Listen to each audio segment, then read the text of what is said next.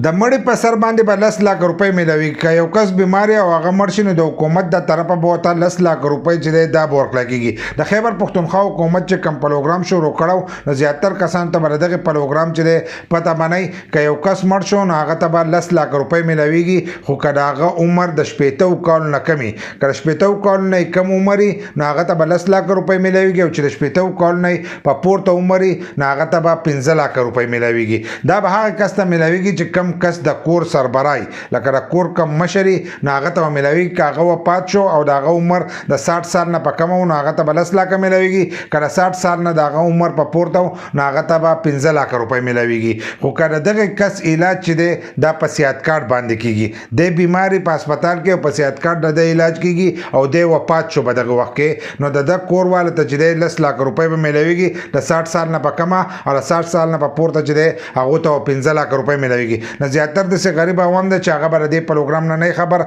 نو دا د خیبر پښتونخوا حکومت چې دی دا نوې پروګرام شروع کړی دی. نو که ستاسو په خوا او شاو کې څوک غریب مړ شي یا دغه شان په صحت کارت دغه علاج کیږي او مړ شي او د کور سربرای نو هغو له د دې روپو غور چې دی دا لازم وکړئ.